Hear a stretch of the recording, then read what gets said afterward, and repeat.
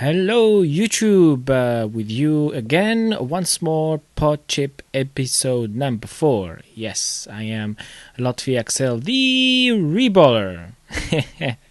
Nah, I know, I sound a bit like Leo Laporte. But yes, I'm back. I know it's been a while. I haven't done a video. I've been really busy. I'm very sorry for our fans out there. And I said, we never work on consoles. I've never had a console repair video. And I said, wow, this is a chance. Let's do something. And as you can see on the video there, today we got a PlayStation 3. Yes, the very famous, what do you call it, yellow light of death. Yeah. Well, basically, I got a PS3. I don't really get PlayStation 3s in that much, and consoles is very rare repairs, but I know a lot of guys out there who are doing massive console repairs, including the Xbox, including the Wii even, and it's a great little business if you're running it. And I've never been that much interested in it. I think I've always, especially when it comes to BGA reworks, I've always been interested in laptops because it's what I've started fixing in the first place, and I wasn't getting that many inquiries on consoles either. I think the area I work in is a lot of people maybe don't play games that much. Anywho, plus I don't really advertise that well on consoles. I think there's definitely a definite what can we say, you're either a laptop reballer or a console reballer. You can't really be both. If you're both, then you probably stink at both. You have to really be either a really good laptop reballer or a really good console reballer. And today I've got this PlayStation 3, the fat version, I think. Yes, because there's different versions. There's the old ones. They call them the fat because they're big and fat. And there's the latest ones, the slim. Which quite, over the, since when we've had the PlayStation 3s for the last, I remember since 2004, since they came out, PlayStation 3s, yeah. And they're still around, and I think next year we're going to have the new generation, Generation 4, but they've been around for a long time, these consoles, and although they haven't changed much externally, but they have changed a lot in hardware-wise, inside. Now, as you can see, this, when I took this apart, it was just full of dust. It was just, man, look at the dust.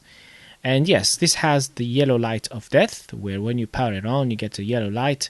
Nothing comes on the TV or HDTV. It's just, that's it. It's and that tends to be a lot of times down to graphics failure, because these game consoles inside, they're just like a computer, aren't they? They have a circuit board, a DVD player, a hard drive, a cooling fan, a processor, and a GPU. The Xbox is the Xbox board, motherboard, and the PlayStation 3 board. They're quite the same. They both have the CPU and GPU. But they just vary slightly. Of course, the PlayStation 3 is much, I think it's much better made. It's there's definitely the quality factor on the PS3. But then again, the PS3 price is higher than the Xbox, so you'd expect that, of course. Now, when the customer brought this and said to me that she's got a yellow light of death, I immediately, the first thing I do is check if the warranty seal has been taken off or not, because if it has been taken off, that means it has been tampered with, and I really don't have time to fix something that's been tampered with before, especially by the customer themselves.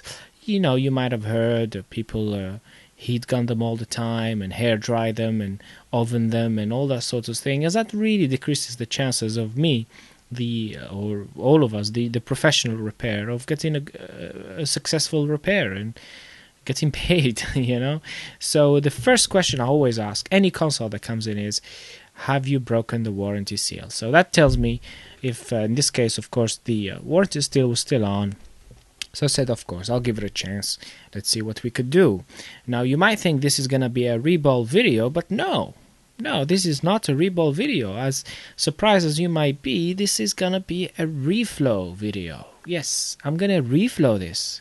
And before you say, you report me or to the police, or no, I'm just let me explain, okay?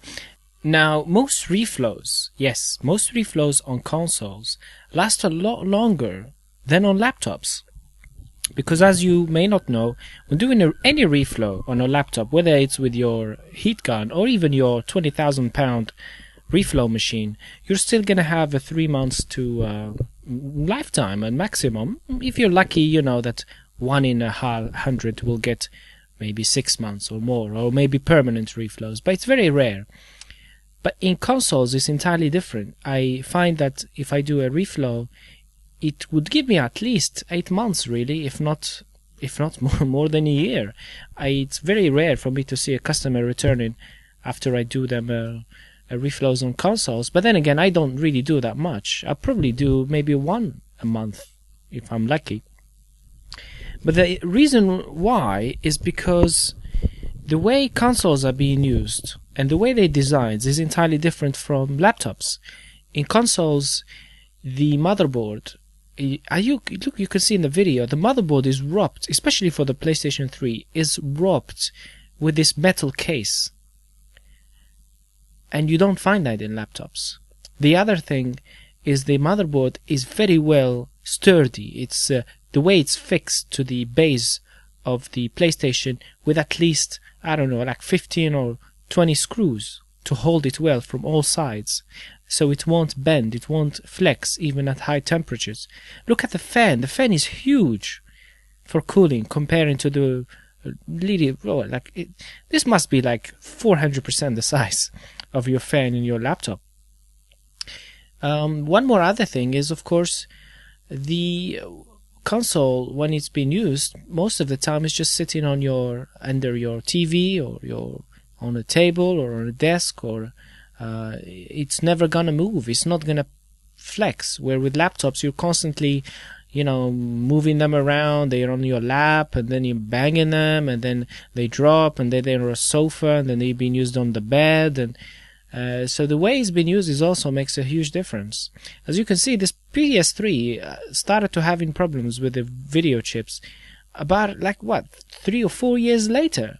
So it's not bad. Even though with all that dust, it still managed to get over 3 years of lifetime. So, and that's because of the well-made design, the big, huge fan. Look at the casing. It's a 2-layer aluminium casing that wraps the entire motherboard, and there's no way that board is gonna flex. When it comes to laptops, you'll be lucky if you find a screw there that holds a motherboard. I mean, I've taken a lot of laptops apart in the past 5 years, and it's regularly just like 2 screws holding the motherboard down. Yes, just 2 screws holding the motherboard down to the base. When it comes to Apple, it does it a bit better. Apple has a lot of screws. They put about, I think, 5 or 10 screws.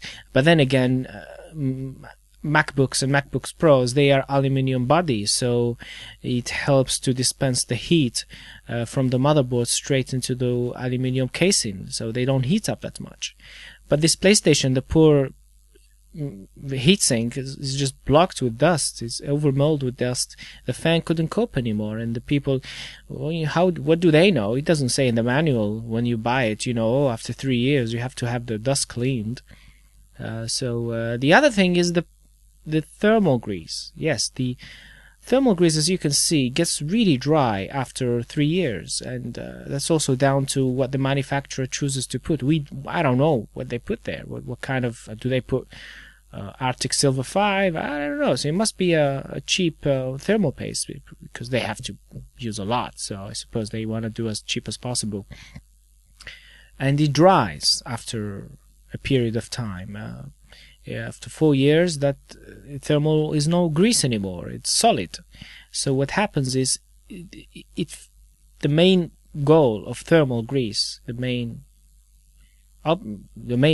function of it is because it fills the micro gaps that are between the heatsink and the processor. There's little pockets of air, so that's what it does. I'm flashing you guys. So I'm just first thing I would do is just air compress the hell out of that board, of the whole thing, of the fan, of the casing. Before I run my reflow, I also clean underneath the BGA. Yes, because there's always these corrosions and all these imperfections, these dirt, dust, micro dust that gets underneath the solder balls. So I would put some isopropyl alcohol there, and then air spray it with the air compressor nozzle to just get that micro dirt out of the way before I run my reflow.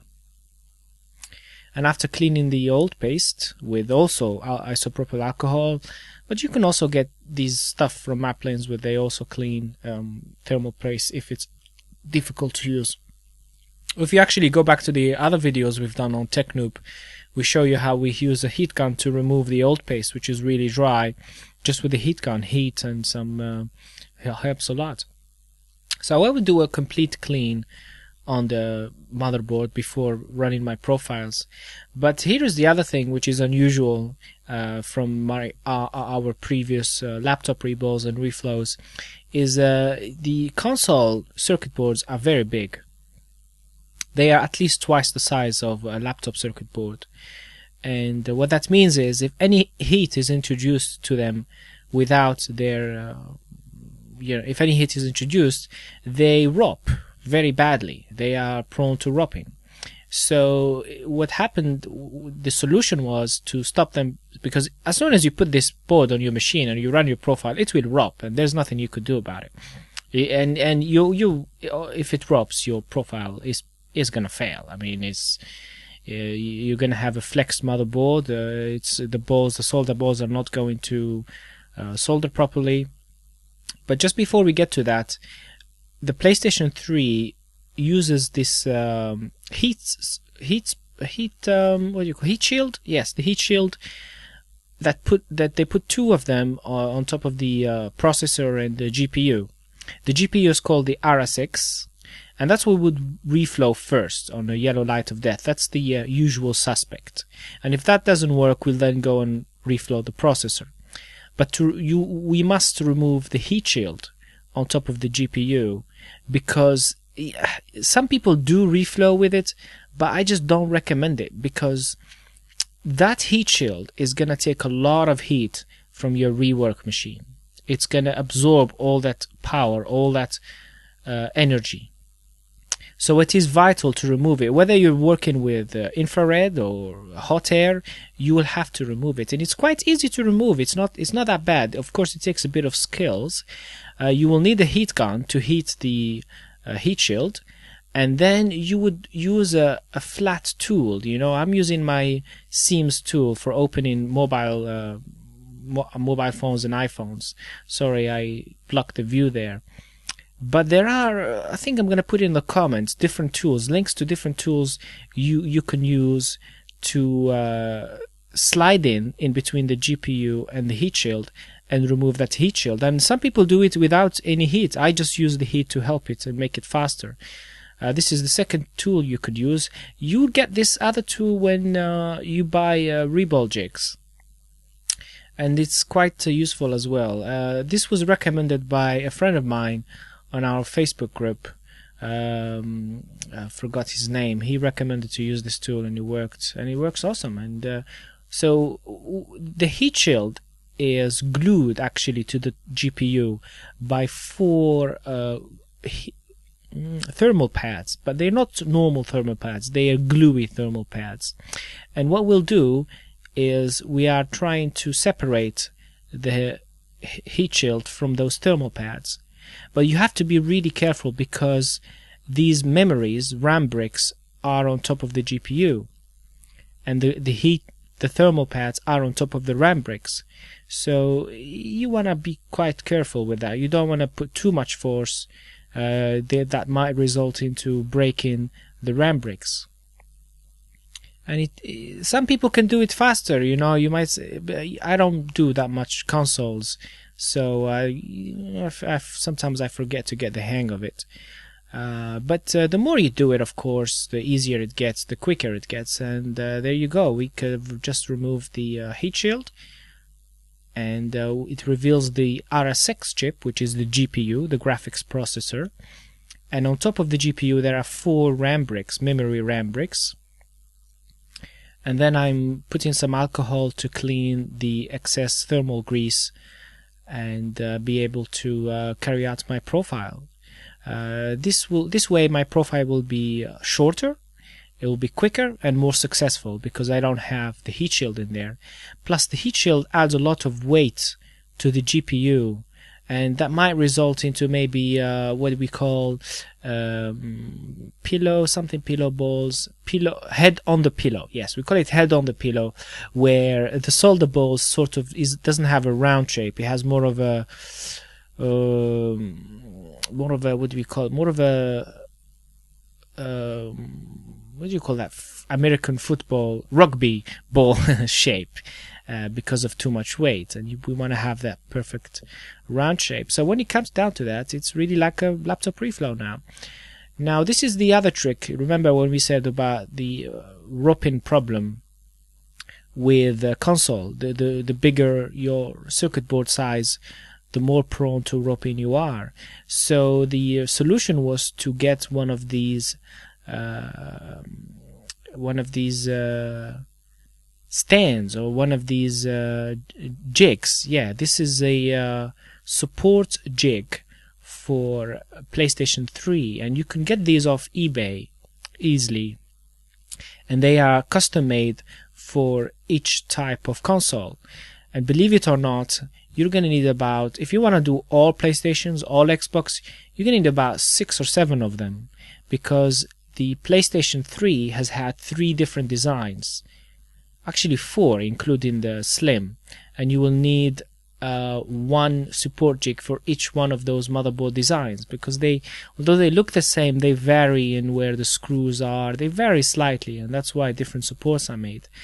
And I would before you even buy them, I have to warn you, there are some who are really poorly made, and they would not do a very good job. So you have to do some reading and see what people recommend.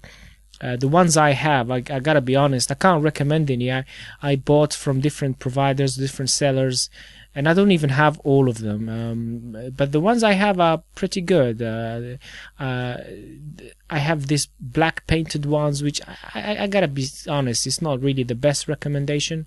But I also have the ones not painted. They are just silver, and those were quite poor. They do flex when heat is introduced. But this black one, this particular one for PS3, is very good. Never bends. Does the job pretty well. Also, I've also used the. I think next time I'll have a video of the universal jig that was made by my German friend.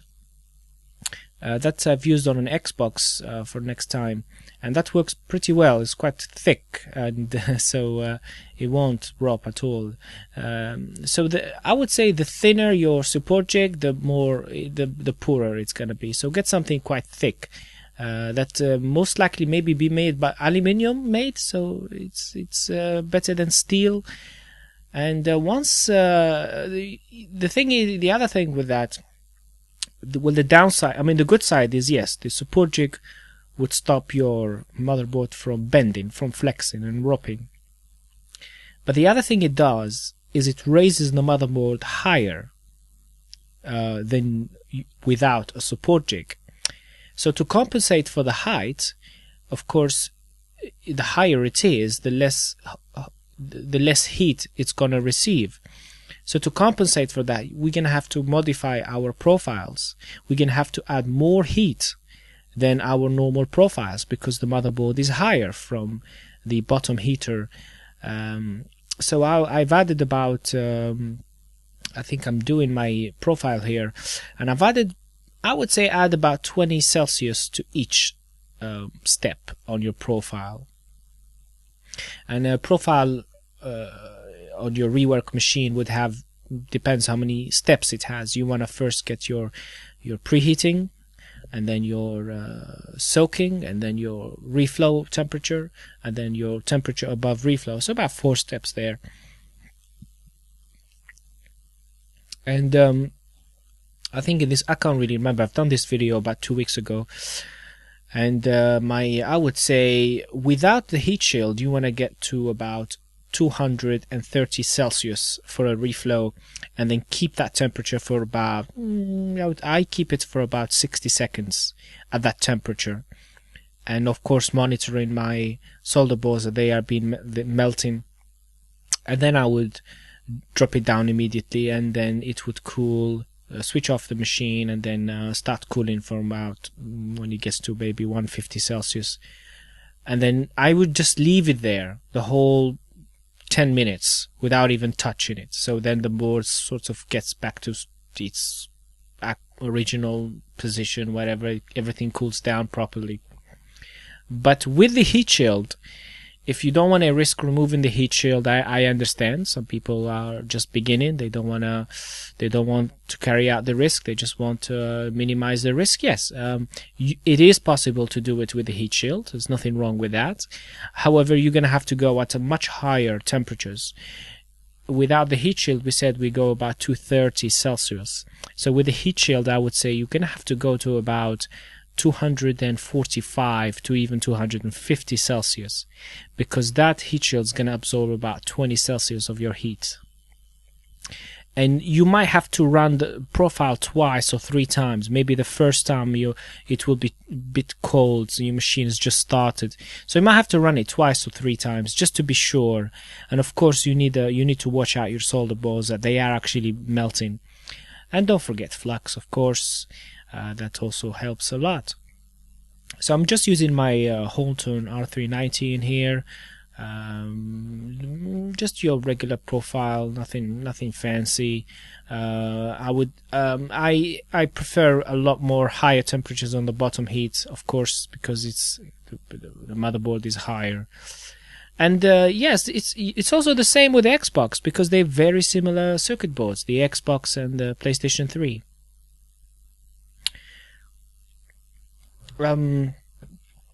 And yeah, and pray, and hopefully it will work for you.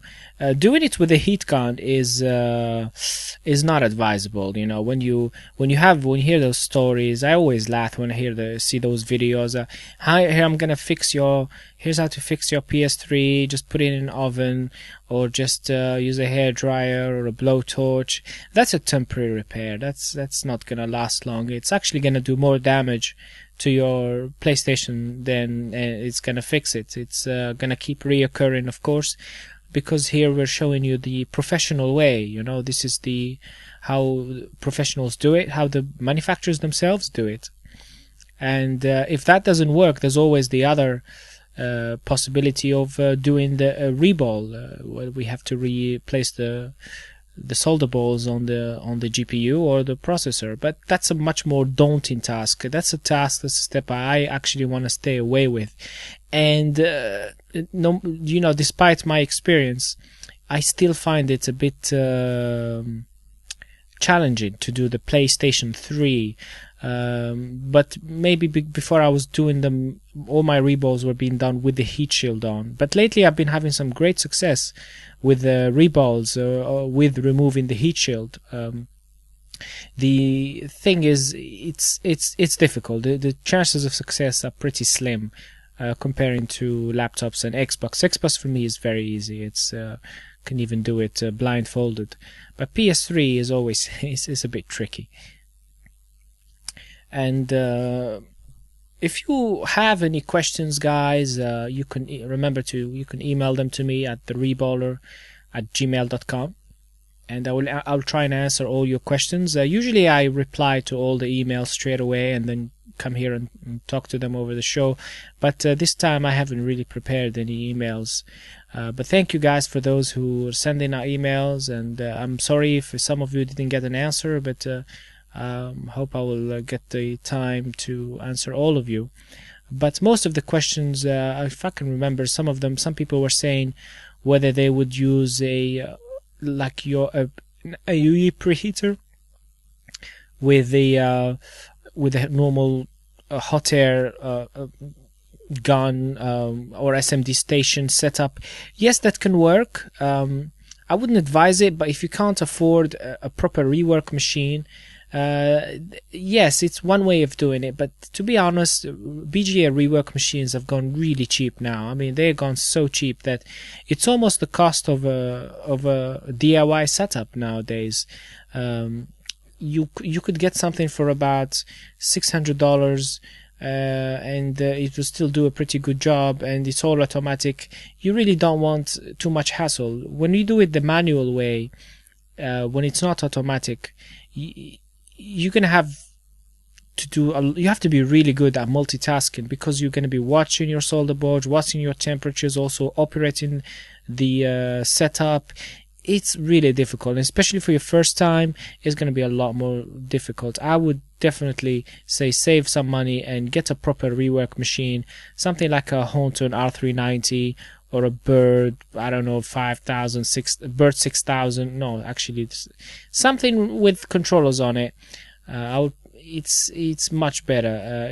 It's going to save you a lot of time, hassle, and that's the thing. It's when it comes to reballing, especially, you want to get it right the first time. You don't want to keep getting it off and doing it again. For me, if I don't get it right the first time, I'm not going to bother doing it again, because the chances are, if it didn't get fixed the first time, it's not going to get fixed ever again. And it's just that the more you do desoldering, the more you clean the site, the more you take off the chips, things are going to get worse and worse. So you have to get it perfect the first time. And as we can see, my solder balls are shining. They are telling me we are melting, we are shining, we are soldering, and we are at the perfect temperature, and everything's going smooth. We are doing 225, so just so it's great. This is perfect. And always watch out for, you have to use all your senses. I'm listening very carefully if I hear any pops. I'm listening if I hear any, because pops means the popcorns, the chip might have blown. And this is the moment. This is the prime time moment. This is the important moment. The temperature above reflow while your solder balls are melting. And it's also a dangerous moment. You don't want to go too high. You just want to be at that perfect temperature. And if your machine, if you set it to go at 225 or 30, and suddenly your machine is doing 240, 250, like really high temperatures, switch it off. Stop right there. Let it cool and start all over again. And then recalibrate your machine and readjust your profile. Now my profile has finished and there was no indication of anything blown, so hopefully the operation has been a success. And after that I would just clean the excess flux with some alcohol, because flux at high temperatures becomes kind of, although it's no clean flux, you don't need to clean it apparently, but yes, I prefer to clean it. I like a clean job. I like my job well done. And that would help it.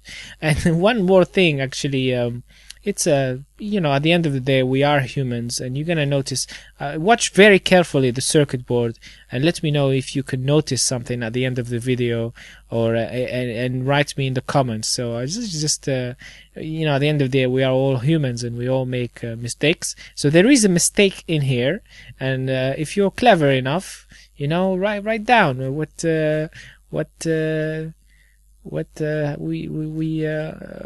we missed. So once my board has cooled and has gone back to shape, I would unscrew it from the support jig, and then test it out and see how it happened, and if it was a success or not. And if it wasn't, I would then probably, if it wasn't, I would take it and reball it, actually, because this is it still had the warranty seal, so it's not like someone has tampered with it before. Because what I don't like is, if it's been tampered, I don't know what happened. I don't know the real story. Customer would never tell you the truth. So what if I waste all the time and reball the video chip, or even put a brand new video chip there? and still nothing, But what if maybe the CPU was reflown before, but it was reflown badly? Or what if whoever was working on it before somehow burned something that I can't see, I'm not aware of? What about maybe even if it was professionally reflown or reballed, but maybe a little chip fell, and then sometime down the line, this is why I don't agree with fixing anything that's been tampered with by anyone, whether it was a professional or the customer or whatever story. I just I've been this is my rule, and I've been very happy with my rule. If it's been tampered with, I'm not gonna waste my time. Definitely not gonna waste it's gonna be a waste of my time, and it's gonna be a waste of the customer's time. And at the end of the day, this is not like it's made out of gold. You could get a new one these days. What, like Sony now, I heard, would give any customer, as long as the warranty seal hasn't been, actually even if the warranty seal has been tampered, you could get a brand new PS3 for £120. This is what I heard. I heard someone told me even the warranty seal has been tampered with.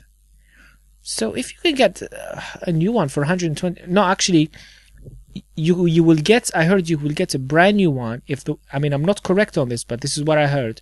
You get a brand new one if the warranty seal has not been tampered with. But if the warranty seal has been tampered with, you would get a refurbished one for £120. A refurbished one, but still, it's not a bad deal. So I've just keep cleaning the old thermal paste, and this is my favorite thermal paste. I've been using diamond thermal paste lately. I've heard good stories about it, and it's not cheap, but it's made from diamonds, what the company claims. It's diamonds, and I gotta tell you, I tested it, and it's really good. It's performed definitely better than Arctic Silver 5 that everybody is recommending.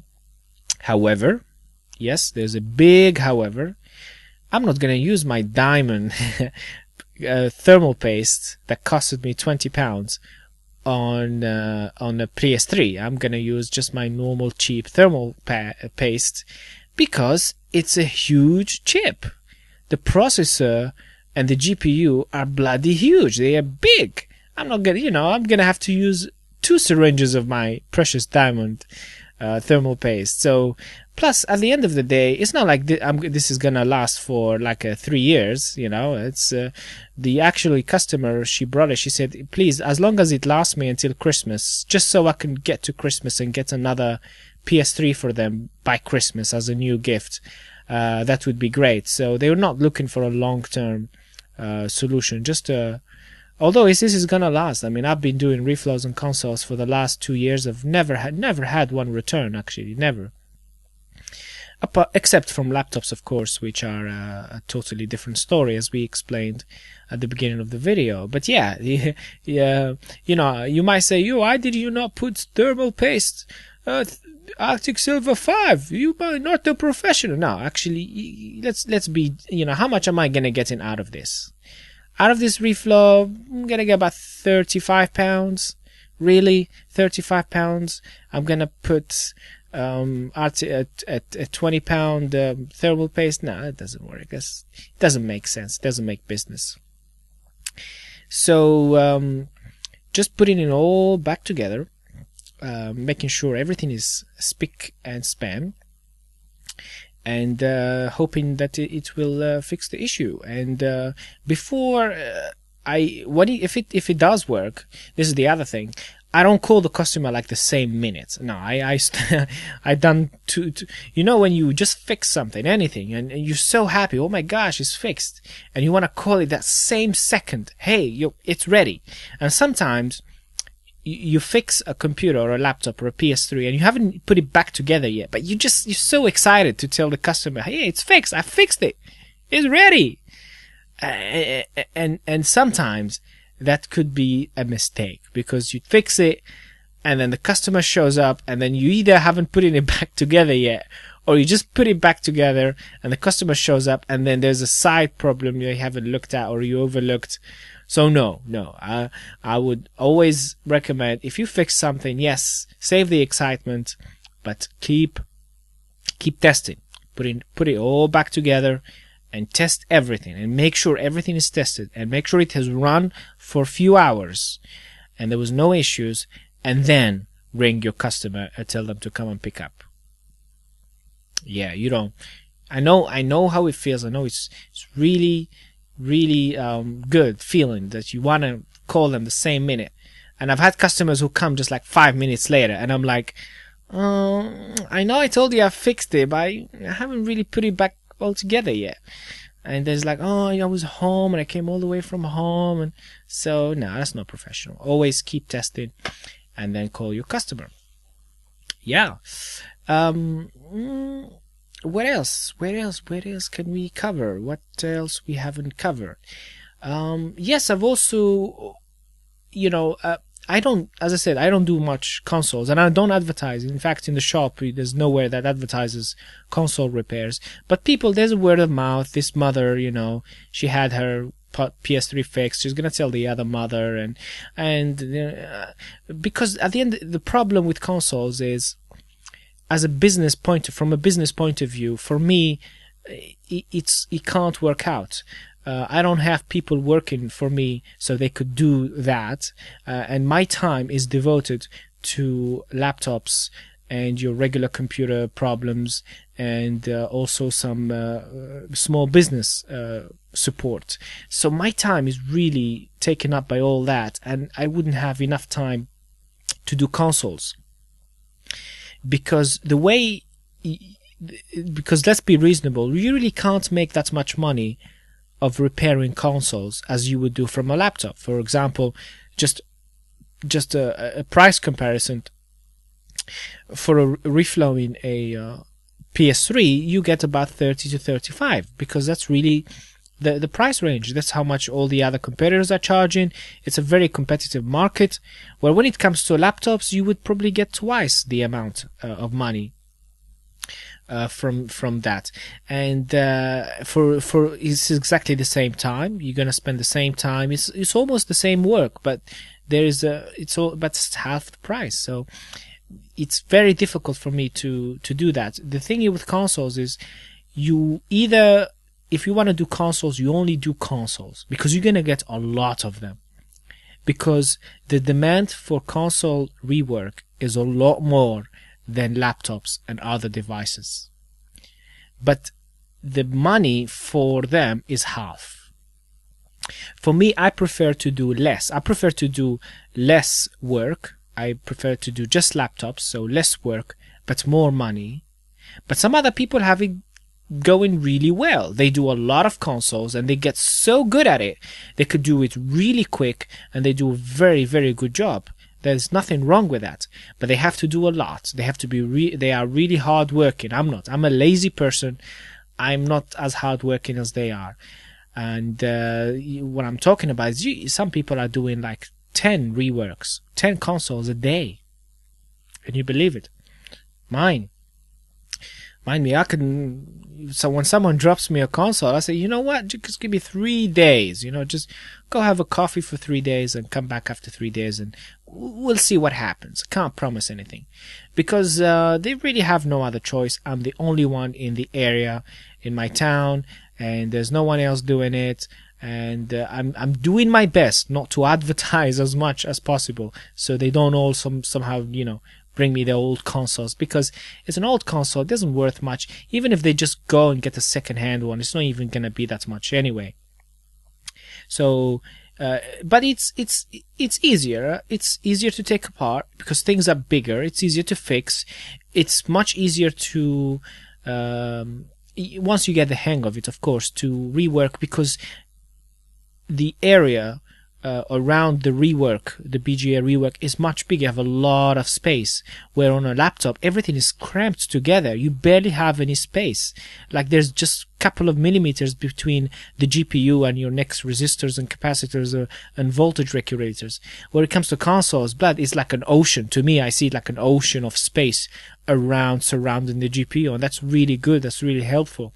that means is you're less likely to blow something off or accidentally desolder something, or so it's that's why there's less risk when it comes to consoles. And even if you ruin the job, you could just maybe get them a second-hand one to give or sell them to the customer.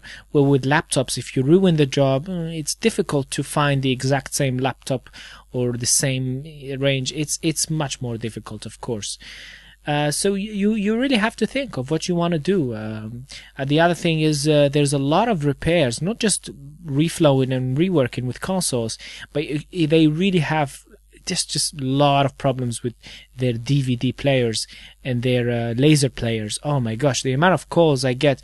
My PS3 lasers don't work, my disc don't work, my game are freezing because of disc playing issues, my disc is not ejecting anymore.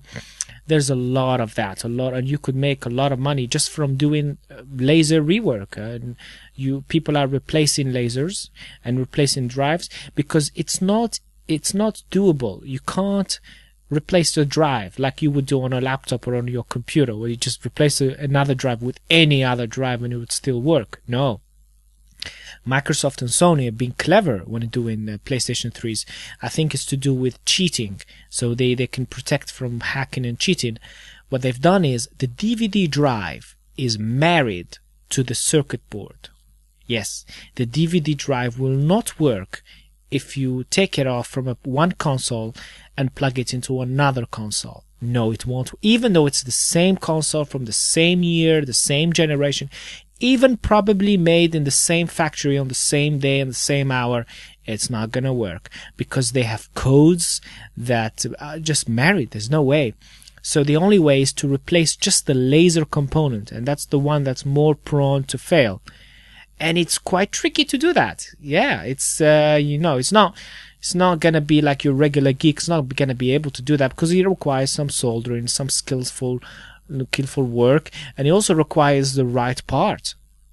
Because a lot of parts are being sold, they either fake or they described as new and they're not new, they're used and they don't work properly, or they would work and then they would fail. There's a lot of that going on in the market right now.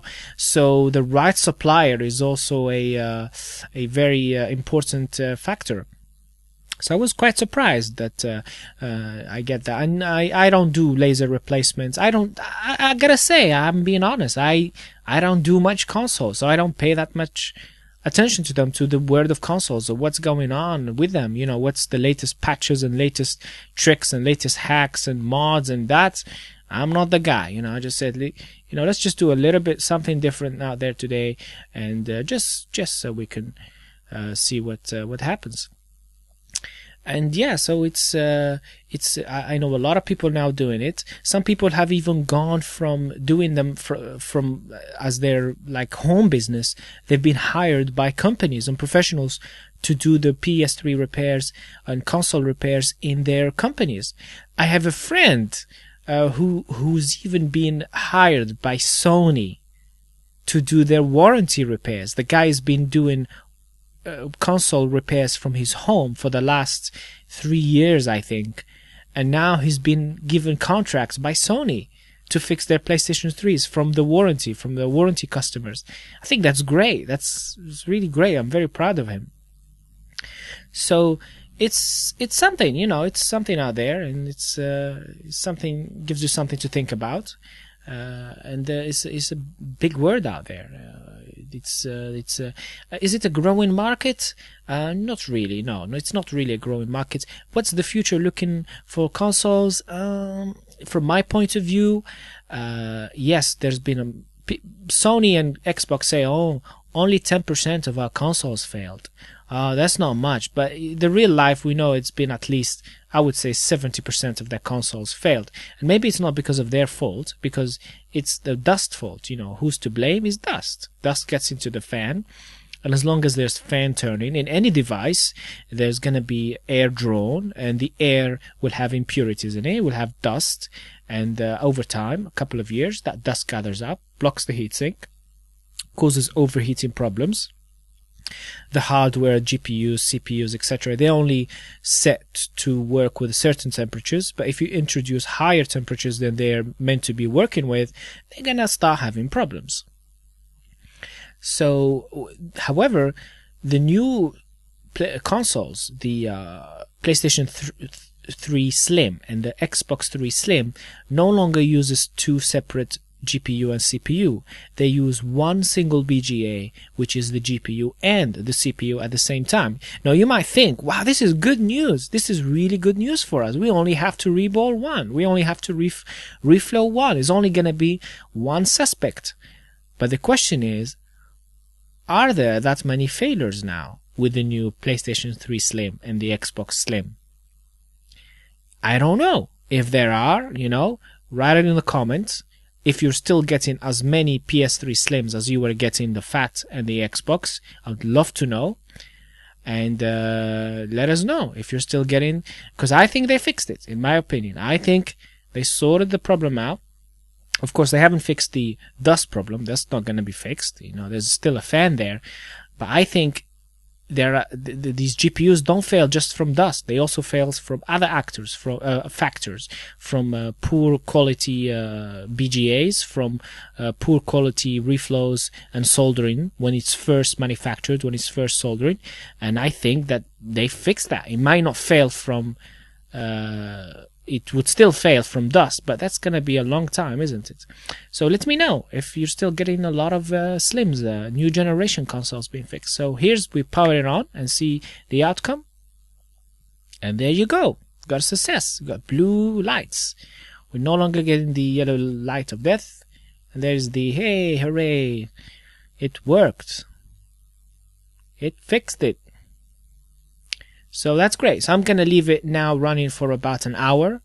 And if I don't see any changes, usually you can tell you have a bad reflow if the fan starts to blow really, turn really fast. That's going to say, oh, it's going to die soon. But if all goes well, I've tested this for an hour and nothing, it didn't reboot, it didn't shut down, it kept working. Of course, the customer took it now for I think it's been a month and nothing happened. So I'm pretty confident this has been a good reflow and a good, of course, all the dust has been removed and it's been cleared out, a new thermal paste. So that should last a while now. So thank you guys for watching my podcast, video, whatever you call it. You can check us out at podchip.com. I'm Lotfi XL, the reballer, and I'm out.